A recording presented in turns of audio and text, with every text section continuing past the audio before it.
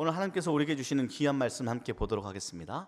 오늘의 말씀은 이사야 50장 5절부터 9절까지의 말씀입니다. 제가 봉독하겠습니다. 주 여호와께서 나의 귀를 여셨으므로 내가 거역하지도 아니하며 뒤로 물러가지도 아니하며 나를 때리는 자들에게 내 등을 맡기며 나의 수염을 뽑는 자들에게 나의 뺨을 맡기며 모욕과 침뱉음을 당하여도 내 얼굴을 가리지 아니하였느니라. 주 여호와께서 나를 도우심으로 내가 부끄러워하지 아니하고 내 얼굴을 부싯돌같이 굳게 하였으므로 내가 수치를 당하지 아니할 줄 아노라. 나를 의롭다 하시는 이가 가까이 계시니 나와 다툴 자가 누구냐? 나와 함께 설지어다. 나의 대적이 누구냐? 내게 가까이 나아올지어다. 보라, 주 여호와께서 나를 도우시리니 나를 정죄할 자 누구냐? 보라, 그들은 다 옷과 같이 헤어지며 좀이 그들을 먹으리라. 아멘. 이는 하나님의 말씀입니다. 누구나 다 할 것 없이 사람이라면 편안하게 살기를 기대합니다. 여러분들도 그렇죠? 궁극적으로 우리가 살아가면서 쌓아가는 모든 노력이 그런 삶을 목표로 하고 있습니다. 편안하게 살고 싶다. 특히 부모의 입장에서는 자식들이 큰 어려움 없이 살기를 간절히 바랍니다. 나는 힘들게 살았지만 너만큼은 편안하게 살았으면 좋겠다라고 바라지요. 저희 부모님도 40대 후반을 향해 달려가는 저에게 1년에 한두 번 정도 참고 참았다가 조심스럽게 물어봅니다. 경제적으로 많이 힘들지 않니? 라고요. 부모님도 목회하시면서 개척 초기에 어려움을 겪었다 보니까 누구보다 잘 아시기에 그 사랑을 우리에게 부어주시는 것 같습니다. 성경이 이렇게 이야기하고 있어요. 너희가 악한 자라도 좋은 것으로 자식에게 줄 알거든. 하물며, 다 같이 한번 따라할까요? 하물며 하늘에 계신 너희 아버지께서 구하는 자에게 좋은 것으로 주시지 않겠느냐라고 말하고 있습니다. 부모님보다 더한 사랑을 가진 하나님께서 부모님도 이걸 줄 아는데 더한 것 주지 않겠느냐? 사랑하는 여러분, 우리 아버지 되신 하나님께서 자녀된 우리에게 편안하고 행복한 삶을 살기를 오늘도 간절히 원하고 계십니다. 자, 그런데 이상하게 현실은 우리의 기대와 많이 달라요. 아무리 신앙생활을 잘해도 불행을 피해갈 수가 없습니다. 사랑하는 성도들의 신방, 기도 제목을 들을 때면 가슴이 메어질 때가 참 많이 있습니다. 누가 봐도 정말 신앙생활 열심히 잘하셨고 누가 봐도 저 정도로 지내셨다면 야, 정말로 앞으로 노후가 기대된다 라고 하셨던 그분이, 그리고 더 나아가 자녀들도 모두 믿음 안에서 잘 성장해서 아름다운 가정, 신앙의 가정 이룬 그 가정이 여유 있게 노후를 보낸 일만 남았던 그분이 갑자기 수술조차 불가능한 암에 걸리고 시한부 인생에 선고받은 일들을 종종 보곤 합니다. 교회가 개떡지어지고 교회를 뜨겁게 사랑하고 섬기는 가운데 여러 가지 성도들의 삶이 눈에 쏙쏙 들어오죠. 더 구체적으로 들어옵니다. 왠 줄 아십니까? 인원수가 작기 때문입니다. 그리고 더한 마음이 실질적으로 있습니다. 교회를 이제 전체를 맡아 이끌어가는 정찬일 목사님과 저에게는 여러분들을 향하는 마음이 또 다릅니다. 하나님께서 나에게 이렇게 이끌어주신 귀한 식구들, 죽기까지 사랑하게 놀아 작정한 목회자의 눈에 들어오는 귀한 식구들의 삶이 아이고 너무 예쁘다. 진짜 이제 막 꽃을 피워가며 신앙생활의 즐거움과 하나님께 눈물을 흘리며 예배하는 저 식구, 와, 하나님께서 어떤 복을 주실까 라고 기대하는데 희한하게도 아픔이 겹치고 때린데 또 때리는 듯한 느낌으로 어려움을 겪는 식구들이 있더라라는 것이죠. 이뿐이겠습니까? 더 나아가서 세상 살면서 의로운 일을 하다가도 고난을 당하기 시작합니다. 어떤 때는 심지어 신앙적인 일들을 하는데도 어려움을 겪는 경우를 우리는 종종 보게 됩니다. 초기 기독교인들에게서는 고난이 일상이었어요. 예수 이름 꺼냈다가 잡혀갑니다. 예배 드렸다가 잡히면 그 자리에서 죽음을 당하는 일들을 불사하고도 예배하는 공동체로 살아가는 그들에게 고난은 일상이었습니다. 여러분 오해하지 마세요. 오늘도 기독교인들이 무조건 고난을 당해야 된다라고 말씀드리는 것은 아닙니다. 중요한 것은 하나님을 믿어도 고난과 불행을 피할 수 없다. 현실을 똑바로 직시해야 된다라는 말씀을 드리고 있는 겁니다. 따라서 고난을 피하는 것을 신앙의 목표로 삼아서는 안 됩니다. 안타깝게도 그런 방식으로 신앙생활을 하시는 분들이 있습니다. 그런 분들 더욱더 깊이 있게 들어가야 합니다. 좋은 일이 많으면 그럴 줄 알았어. 너 진짜 기도 많이 하더라. 그럴 줄 알았어. 너 진짜 봉사 많이 하더라. 너 믿음이 좋기 때문에 그런 일이 생긴 거야 라고 이야기하고, 고난이 좀 생기면 그러니까 내가 기도하라 그랬잖아. 믿음 생활 제대로 안 해서 그런 거야 라고 말을 하기 십상인데 그렇지 않습니다. 어려운 일을 제거하고 좋은 일만 허락해 달라고 하나님께 매달리는 신앙은 좀 더 깊이 들어가야 합니다. 이런 태도는 신앙의 본질이 아니기 때문에 그렇습니다. 기독교 신앙은 고난을 피할 수 있는 노하우를 찾는 것이 아닙니다. 기독교 신앙은 고난을 대면하는 영적 능력입니다. 고난은 피하는 것이 아니라 맞서는 것입니다. 오늘 하나님께서 우리에게 허락하신 이사야의 말씀을 통하여서 그 해답을 얻고자 합니다. 오늘 본문인 이사야 50장은 고난받는 종의 노래 모음집 중 하나예요. 6절의 말씀, 이사야가 겪은 고난을 이렇게 묘사하고 있습니다. 나를 때리는 자들에게 내 등을 맡기며 나의 수염을 뽑는 자들에게 나의 뺨을 맡기며 모욕과 침뱉음을 당하여도 내 얼굴을 가리지 아니하였느니라 라고 자신의 고난당한 역경을 잘 설명하고 있습니다. 보세요. 구타당했어요. 수염이 뽑혔어요. 침뱉음 당했어요. 이것은 인생에서 겪는 가장 모욕적인 행위들을 모아서 설명하고 있는 겁니다. 가만히 들어보면 좀 생각나는 거 있지 않습니까? 최근 학교 내에서 가장 문제가 되고 있는 왕따 사건과 비슷하지 않습니까? 여러분들이 이런 모욕을 한번 당했다고 한번 생각해 보십시오. 그리고 이게 반복적으로 계속 이어진다고 생각하면 아마 차라리 죽는 게 낫다고 생각하는 사람이 더 많을 것입니다. 그런데 이사야가 말하는 이 이야기 가운데 더 이상한 것은 이사야가 무엇을 잘못했기 때문에 모욕을 당하지 않는다는 거예요. 이사야가 당하는 모욕의 이유는 하나님의 말씀을 선포하다가 당하는 모욕입니다. 우리가 읽은 본문 앞절 4절에는 이사야가 하나님께서 자신에게 학자의 혀를 허락했다라고 이야기했습니다. 그래서 하나님께서 자기에게 맡겨주신 말씀을 통하여 그대로 대언하여 사랑하는 백성들에게 하나님의 말씀을 가르치고 바른 길로 인도하여 내는 작업들을 누가? 자신이 현재 감당하고 있다라고 이야기하고 있네요. 여러분, 사람들은 하나님의 말씀을 듣는 걸 싫어하는 거 혹시 알고 계십니까? 대부분 바른 길, 하나님의 바른 말씀을 듣는 것을 사람들은 싫어합니다. 자신이 듣고 싶어하는 말만 듣고 싶어해요. 그러니 선지자가 하는 말 얼마나 싫었겠어요? 이사야와 비슷한 일을 당한 선지자가 또 한 명 있어요. 예레미야예요. 예레미야 역시 얼마나 많은 역경을 겪었는지 하나님께 늘 탄원 기도를 종종 했습니다. 하나님, 이게 뭡니까? 내가 나조차고 하는 일입니까? 하나님, 복음 전하는데 도대체 제가 이런 일을 왜 겪어야 됩니까? 라는 어떤 탄원의 마음이 가득 담긴 기도를 하나님께 올려드리고 있어요. 18장을 보니까 예레미야 18장에는 예레미야를 죽이려고 구덩이까지 팠대요. 그리고 그뿐 아니라 감옥에 갇혀서 죽을 뻔한 적이 한 번도 아닙니다. 이런 전체적인 상황을 예레미야 20장 8절에 이렇게 이야기하고 있어요. 내가 말할 때마다, 뭐 할 때마다? 말을 할 때마다 내가 외쳤던 것이 있다. 바로 너희들 그렇게 하면 안 돼. 그렇게 하면 파멸당하고 멸망당해. 이것을 선포했더니 여호와의 그 선포하라는 말씀 때문에 내가 종일토록, 여기에 담겨진 아픔과 억압감을 한번 생각해 보세요. 내가 종일토록 무엇을?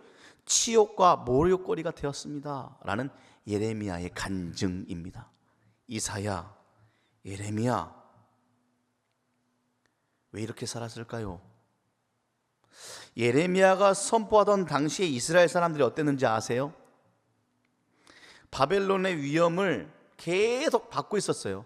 하나님이 죄악된 이스라엘을 향하여 바벨론을 도구 삼아 너희들 그렇게 살면 안 된다, 너희들 그렇게 살면 큰일 나 라는 것을 알려주기 위해서 바벨론을 통해서 계속 이스라엘을 위협하면서 죄를 알아차기를 바랬는데, 이스라엘이 어떻게 살아갔냐면 막연한 낙관론에 빠져 살았습니다. 한 번만 따라할까요? 막연한 낙관론.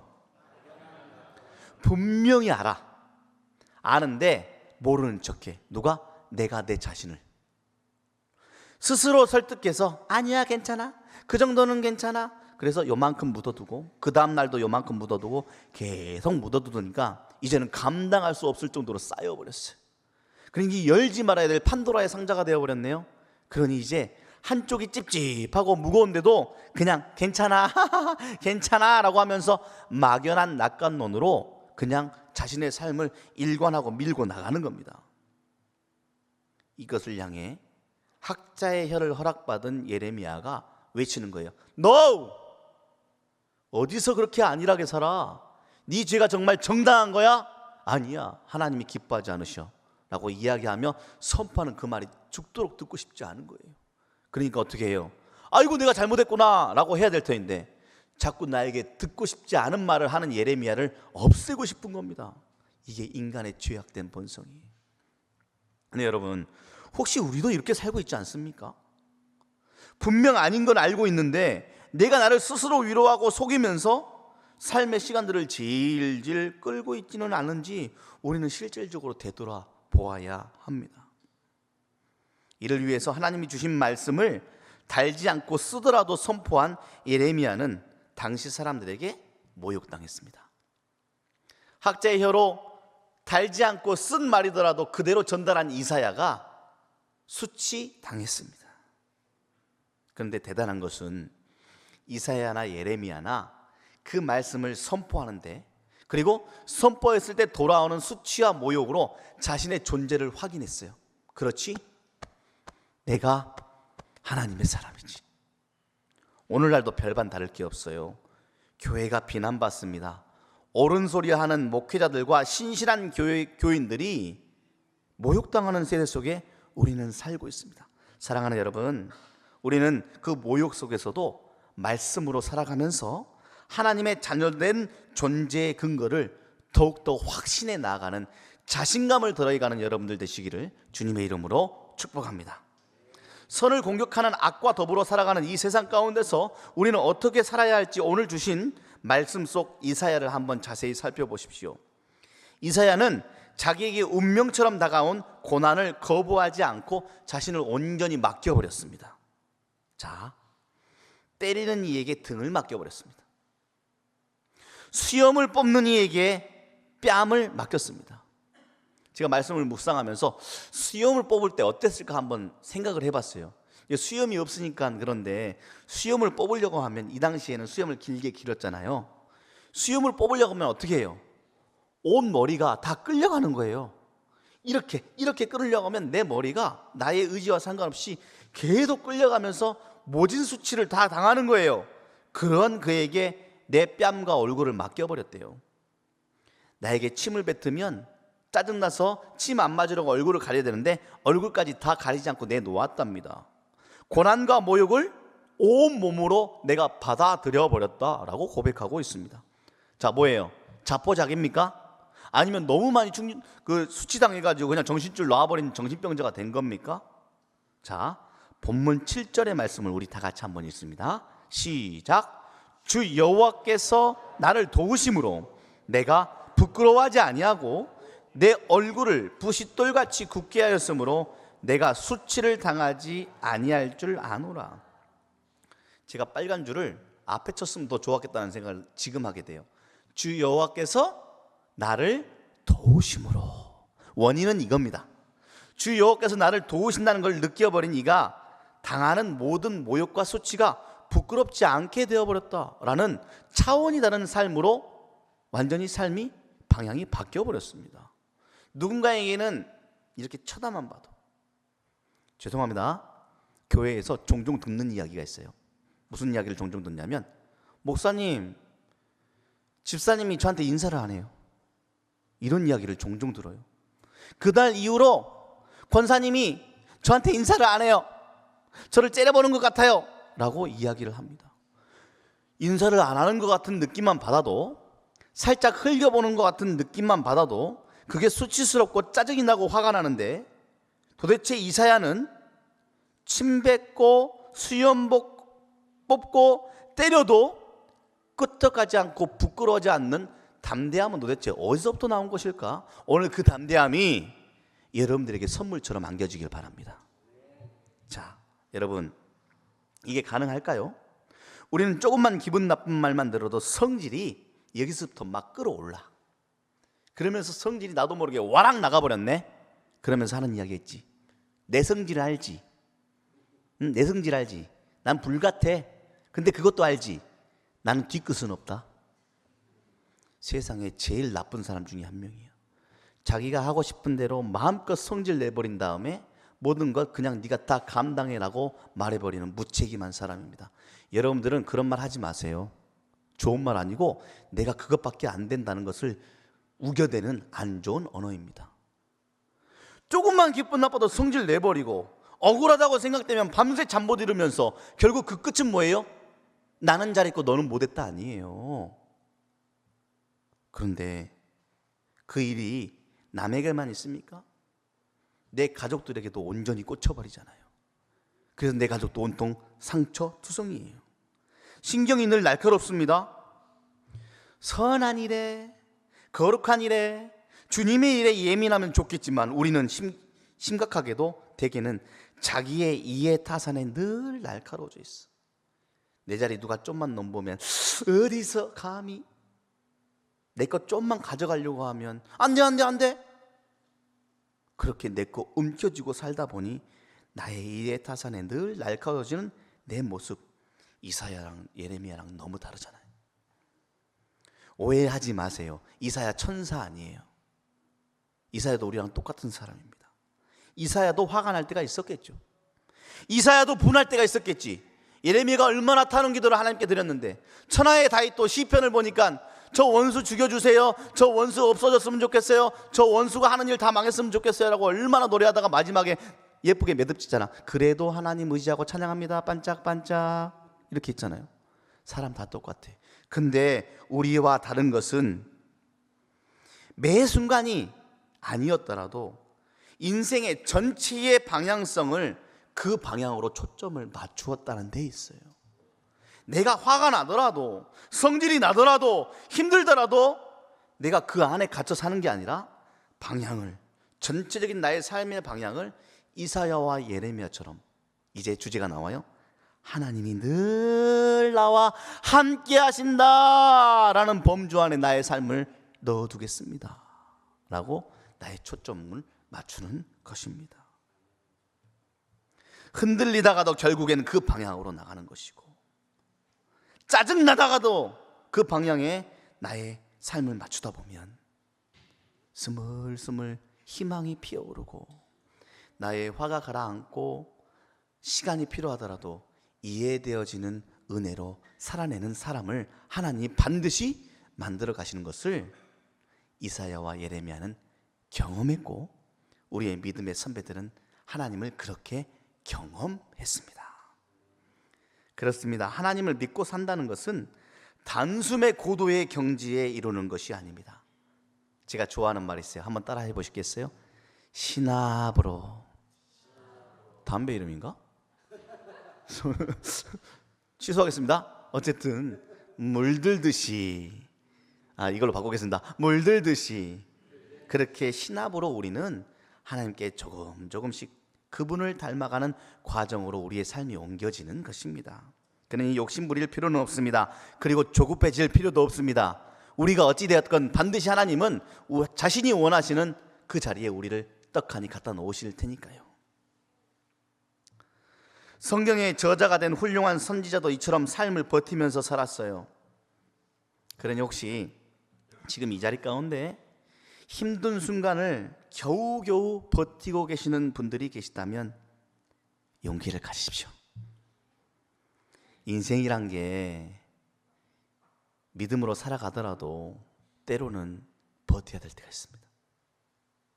눈물 주르르 흘리고 어디 아무 곳에 말할 수 없는 상황에 놓여질 때가 있습니다. 고독의 끝자락에서 아무도 나를 알아주지 않는 것 같아 가슴을 찢어가며 악소리조차 나지 않는 상황 가운데 놓여져서 죽지 못해 살아야 될 정도로 인생을 버텨야 될 때가 우리 삶 가운데 종종 있습니다. 잘못된 것이 아닙니다. 근데 여러분, 이것 하나를 잊지 않으시면 됩니다. 나에게 다가온 그 현실과 고난을 거부하지 마십시오. 그리고 내 생각대로 되지 않았다고 억울함, 내 뜻대로 되지 않음에 화남을 조금 내려놓고 힘을 좀 쫙 빼시고 항복하면 됩니다. 항복.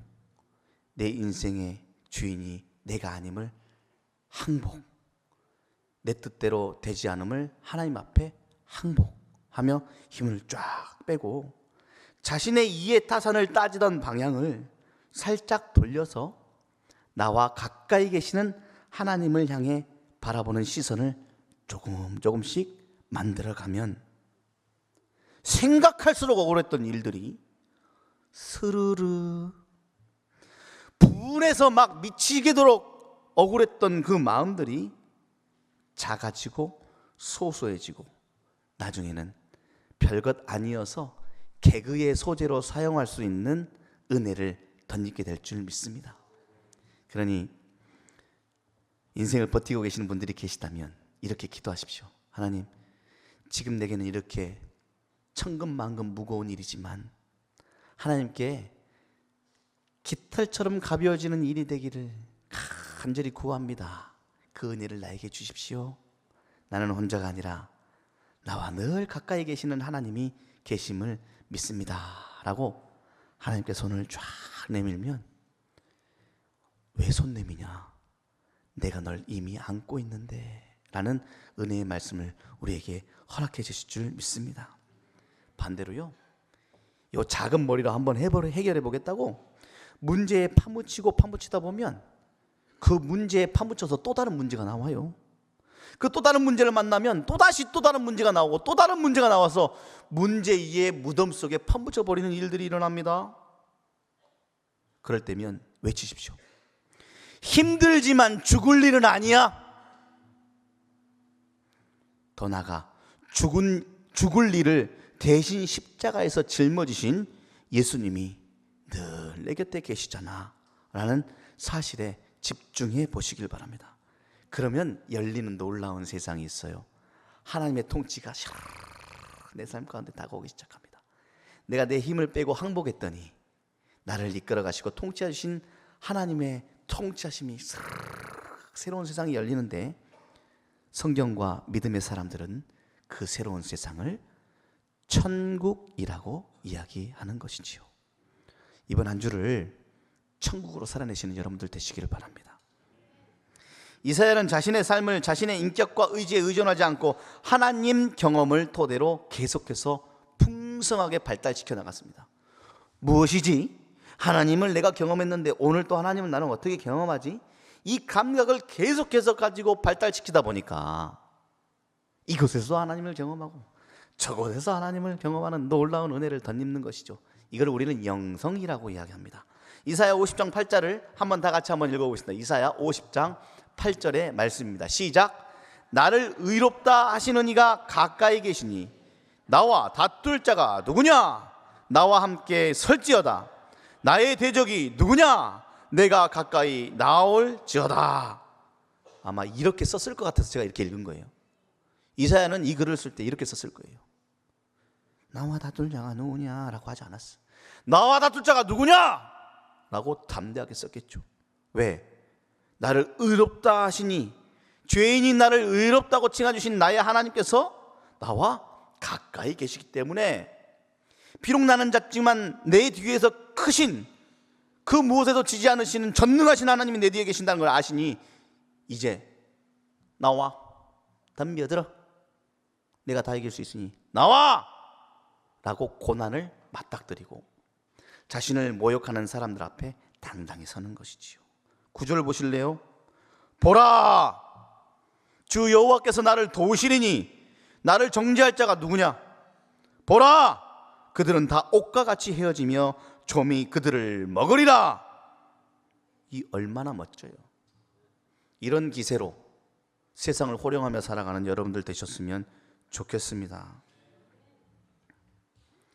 이사야는 지금 누가 이기고 지느냐, 누가 잘났고 못났냐라는 차원을 이미 벗어나 버린 사람이에요. 우리 모두가 그런 차원에서 좀 벗어났으면 좋겠습니다.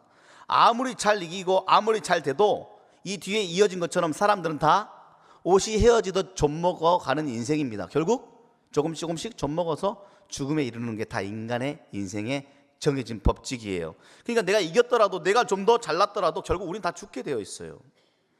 중요한 것은 이사야는 그 짧은 인생, 지구별 여행하는 그 인생 가운데 무엇에 집중했냐면 하나님이 나와 가까이 계시다는 것에 집중하며 살았어요. 그러니까 어렵고 힘든 일들도 이겨낼 수 있는 능력자로 변신한 것이죠. 하나님만이 옷처럼 헤어지는, 좀 먹어가는 우리 인생을 살릴 수 있는 생명을 주시는 분이다 라는 것을 이사야는 알았기 때문입니다. 이것을 믿음이라고 이야기하는 거예요. 우리의 인생 좀 먹어가지만, 헤어져가고 나약해져가지만 우리의 그러한 인생을 결국 영원한 생명으로 이어가실 분은 하나님이신 줄 믿습니다. 그러니 적재들의 모욕도 크게 문제 없는 거예요. 그런 인식과 경험이 없으면 세상 방식과 매번 싸워야 됩니다. 인생을 허비하고 말 겁니다. 애처로울 정도로 진짜 새벽부터 일어나 밤늦게까지 죽도록 일하고 애쓰면서 무언가를 열심히 살아왔는데 인생 말로에 내 손에 놓여진 걸 보니까 남는 것이 헤어지고 좀 먹은 옷밖에 없어. 이것을 얻으려고 내가 인생 이렇게 살았나? 그리고 그러한 노력으로는 결코 고난을 직면할 수 없습니다. 여기에 머물러 버리면, 무엇이 이겼냐, 무엇이 잘났나에 머물러 버리면, 그런 세상의 기준에 머물러 버리면 끊임없이 불평할 수밖에 없는 삶이 될 것이고, 더 좋은 것 얻어보려고 몸부림치면서 살 수밖에 없는 사람이 됩니다. 저 때들 나타나면요, 얼굴 붉혀요. 네가 나보다 잘난 게 뭐 있는데, 꺼내봐. 그래도 둘 중에 하나야. 비참해지거나 교만해지거나, 둘 중에 하나밖에 나오지 않습니다. 악순환이에요. 우리가 지금 이런 태도로 세상을 살고 있다고 느끼시는 분들은 오늘 말씀 가운데 더 집중하시기 바랍니다. 이를 알아차린 다른 차원, 천국, 하나님의 통치하심에 온전히 순종하며 살아갔던 이사야의 삶과 예레미야의 삶이 다르잖아요. 다툼, 경쟁이 아니라 하나님과의 관계에 충실했습니다. 정찬희 목사님이 엊그저께 고백했습니다. 사람과의 관계가 문제인 줄 알았는데 나와 하나님과의 관계가 문제였습니다. 우리의 대부분의 문제는 나와 하나님과의 관계에 문제가 있기 때문에 그렇습니다. 오늘도 나를 끌어안고 계시는 하나님을 내가 밀쳐내고, 오늘 내 손 붙들고 계시는 하나님 손 뿌리치는 나에게 문제가 있는 겁니다. 사랑하는 여러분, 나를 의롭다 하시는 하나님께서 나와 가까이 계시니 자신을 하나님으로부터 의롭다 칭하신 그 믿음을 저버리지 마십시오. 여러분들은 너무나도 소중한 사람들입니다. 세상이 아무리 모욕하고 세상이 아무리 치욕을 주더라도 여러분 모욕당하지 않아야 될 존재이며, 아무리 치욕을 주더라도 손상받지 않는 변함없고 든든하고 존귀한 존재가 바로 여러분들입니다. 그렇다면 중요한 게 있죠. 하나님이 가까이 계시다는 걸 도대체 어떻게 알 수 있냐고요. 여러분, 하나님을 감각적으로 느낄 수 없습니다. 하나님 만져보신 분 손 들어보세요. 하나님 이렇게 냄새 맡아보신 분 손 들어보세요. 아무도 없잖아요. 하나님은 그렇게 감각적으로 느낄 수 있는 분이 아닙니다. 공기가 보이지 않지만 존재하다는 것을 분명히 알듯 하나님도 보이지 않지만 확실하게 존재하는 분입니다. 그분이 존재하는 걸 어떻게 느낄 수 있냐면, 조금 전에 말했던 것처럼 내 삶을 다스려가고 이끌어가심을 통해 우리는 하나님을 느낄 수가 있어요. 그래서 어떤 영성가들은 봄에 피어나는 새싹을 보며 하나님 살아계신다 라고 느낀답니다. 지난 목요일 우리 믿음의 선배들 모시고 뎁사리 공원을 갔어요. 연천에 참 좋더군요. 야, 핑크빛 물과 백일홍으로 갈대로 억새풀로 쫙 펼쳐져 있을 줄 알았더니 이틀 전에 한파로 다 죽었어. 꽃이 한 개도 없어. 근데도 예뻐. 너무 좋아. 펼쳐진 황해에 선배님들과 준비한 사랑의 사람들이 함께 있는 것만으로도 행복해. 찍는 사진이 다 작품이야. 하나님 감사합니다. 주 하나님 지으신 모든 세계가 저절로 나와. 이게 하나님이 가까이 계시다는 증거예요. 그리고 희한하게도 대부분의 많은 믿음의 사람들은 도저히 견딜 수 없는 고통과 고난 가운데서 남들은 아이고 힘들어 죽겠다는데 이상하게 내면 깊은 곳으로부터 솟아나는 평화의 힘을 경험하는 사람들이 있습니다. 하나님이 가까이 계시다는 증거입니다. 남들은 힘들어 죽겠다는데 나는 평안해, 나는 염려가 되지 않아. 하나님이 가까이 계시다는 증거입니다. 여러분들 젊은 시절 어려운지 모르고 감당해냈던 극한 환경들이 있으셨죠? 저에게도 있어요. 제가 지금도 잊혀지지 않는 한 환경이 있습니다. 제가 광주에서 신학교 다닐 때 저와 여동생이 같이 자취를 했어요. 학교 밑에서. 자취를 하는데 어느 날 여동생이 이야기해요. 오빠, 작은 오빠가 보고 싶어. 작은 오빠 보러 서울 한번 올라가자. 그래가지고 서울 티켓을 끊고 남동생에게 올라갔습니다. 남동생이 딱 올라갔는데 남동생이 저희를 기쁘게 받아줘요. 잘 모르는 서울 이렇게 올라가서 지하철 타고 이렇게 해서 그 당시 봉천동에서 살고 있던 남동생 집에 찾아간 겁니다. 처음 가봤어요. 가는데 골목골목 들어가. 여긴 줄 알았더니 더 들어가. 그래가지고 그 3층 빌라 건물로 올라가는 겁니다. 1층 아니구나, 2층도 3층도 아니구나, 3층인가 해서 갔는데 3층에 문이 또 있더라고요. 그 문을 열었더니 옥탑이 나와요. 옥상. 여름이었거든요. 죽도록 내려째서 달달 달아오른 그 옥상에 그냥 허름하게 지어놓은 옥탑방에 돈이 없으니까 그냥 몇십만 원 주고 거기에 살고 있는 거예요. 가서 이렇게 딱 앉아 있는데, 야 너무 덥다, 오늘 선풍기 없냐? 이런 말이 안 나와. 우리는 잠시 들리는 건데 얘는 여기서 매일 살고 있어. 고등학교 3학년이었던 제 동생이 한때는 조금 속이 없나라는 생각을 한번 해봤습니다. 고등학교 때 2명이 엄마 아빠 앞에 무릎을 꿇었어요. 첫 번째는 남동생이 먼저 선수 쳤어요. 엄마 아빠, 저는 도저히 안 되겠습니다. 고등학교 3학년이 됐는데도 제가 하나님 찬양하면서 노래하는 일들에 제 삶을 걸지 않으면 저는 평생 후회할 것 같습니다. 저 레슨비 주세요 라고 기둥뿌리를 흔들기 시작했어요. 많은 돈도 아니었지만. 근데 여동생이 또 무릎을 꿇었어. 저는 미술 밤새도록 해도 지겹지 않습니다. 전 미술하는 일, 미술 공부 시켜주세요. 우리 집안은 왜 이런 걸까? 그래도 나는 엄마 아빠 말에 순종해서 신학교 간 내가 너무 대견스러웠지. 장학금까지 받아가며, 교육자 장학금 10만 원을 받아가며 지냈죠. 그랬던 남동생이 열심히 공부해서 서울에 입성해서 살아가는 모습을 보고 있는데 너무 마음이 안 좋은 거야. 자, 이제 씻자라고 씻는데 바깥에 수도가 있어. 수도꼭지에 긴 파이프 대놓고 이렇게 있어서 머리를 감으면 온 몸을 숙여가며, 등치가 크잖아요. 지금 저기 앉아 있잖아요. 저 등치가 그때 등치보다 좀 더 컸어요. 숙여가면서 머리 감고 샤워를 바가지로 물 붓어가면서 하는 거예요. 그 마음에 아련해서 다음날 점심 한 끼 먹고 광주로 내려왔네요. 한참이 지나서 그때가 마음 가운데 잊혀지지 않아서 동생한테 이렇게 이야기했어. 야, 너 그때 진짜 힘들게 살았지? 예? 참 고생했다라고 이야기하는데 제 동생이 이렇게 이야기합니다. 그때는 힘들지 모르고 살았어. 여러분, 삶의 방향을 바꾸면 지금 내 삶이 죽도록 힘든 것처럼 느껴져도, 야 너 어떻게 그렇게 사냐? 라고 주위 사람이 이야기해도, 누가 봐도 절망적인 삶을 겪어내고 있더라도 우리는 이렇게 고백할 수 있습니다. 나를 때리는 자들에게 내 등을 맡길 수 있다. 나의 수염을 뽑는 자들에게 내 뺨을 맡길 수 있다.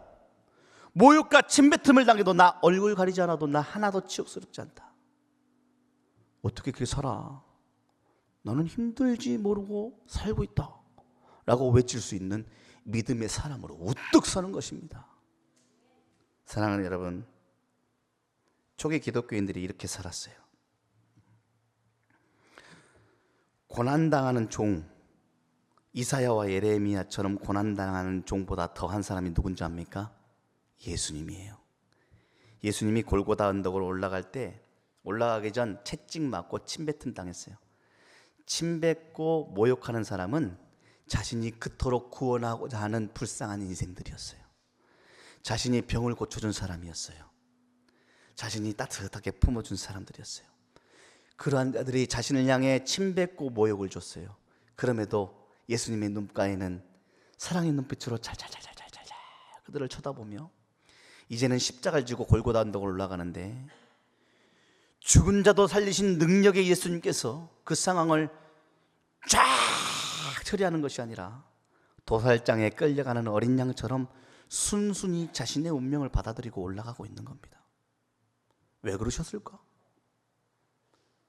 하나님이 가까이 계시니까. 하나님이 나를 의롭다 하셨으니까 이제 내가 할 수 있는 일은 하나님 아버지를 향한 순종만 남아있는 것이지 라고 십자가에 우리의 죄를 감당하시는 일들을 순종하기 위하여 못 박히셨고, 그 못 박힌 자리에 하나님이 가까이 계신 것이 아니라 하나님이 한몸 되어 그 십자가에 못 박히신 놀라운 사건이 오늘 우리를 이 자리에 있게 한 사랑의 사건입니다. 사랑하는 여러분, 우리는 참 행복한 사람들입니다. 믿으십니까? 우리는 참 행복한 사람들입니다. 어떤 일들도 능히 감당할 수 있는 능력의 사람들입니다. 이유는 하나님이 늘 우리와 가까이 계시기 때문에 그렇습니다. 그때는 힘든지 모르고 살았지 라는 독백처럼 우리는 지금 하나님이 가까이 계시기 때문에 전혀 힘든지 모르고 살고 있어 라는 독백을 해내며 살아갈 수 있는 사람이 되어야 합니다.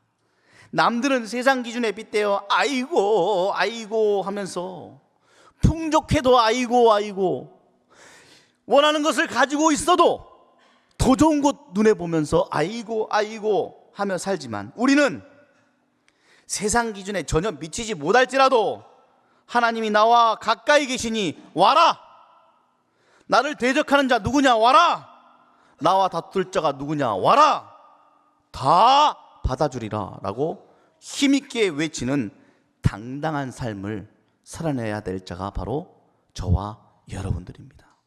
이번 한 주간 우리 모두가 하나님이 계시다는 그 방향에 우리의 삶의 초점을 맞추고 버티는 수준을 넘어 즐기는 삶, 누리는 삶을 향유하는 승리의 백성이 될 줄 믿습니다.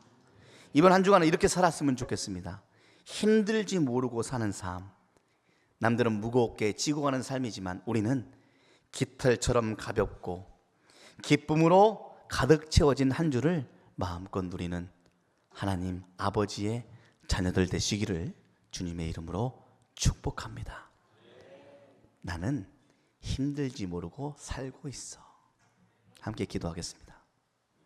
하나님, 우리의 인생이 때로는 버텨야 될 줄도 믿습니다. 끓어오르는 화, 억울한 사건, 되어지지 않는 상황, 이유 없이 나를 반하는 사람들, 세상 가운데 밀려오는 압박들, 그럼에도 불구하고 우리는 이렇게 고백해 봅니다. 하나님이 나와 함께 계시니 나는 어렵지 않아. 나는 힘들지 모르고 살고 있어. 이 고백이 한 주간의 우리의 고백이 되게 하여 주시옵소서. 버틸 수 있는 힘도 주셨으니 하나님, 그 힘 가지고 이제는 버티지 않고 즐기는 삶으로 일어서길 간절히 원합니다. 누리는 삶을 향유하는 우리 모두가 되게 하여 주시옵소서. 한 주간 하나님께서 복된 인생이라 칭하시고 의롭다 칭하셨으니 의로운 자로서 깃털처럼 가볍게 사는 자 되게 하여 주시옵시고, 기쁨으로 한 주간 힘있게 살아가는 복된 우리가 되게 하여 주시옵소서. 감사드리며 우리를 죽기까지 사랑하신 예수님의 이름으로 기도합니다. 아멘.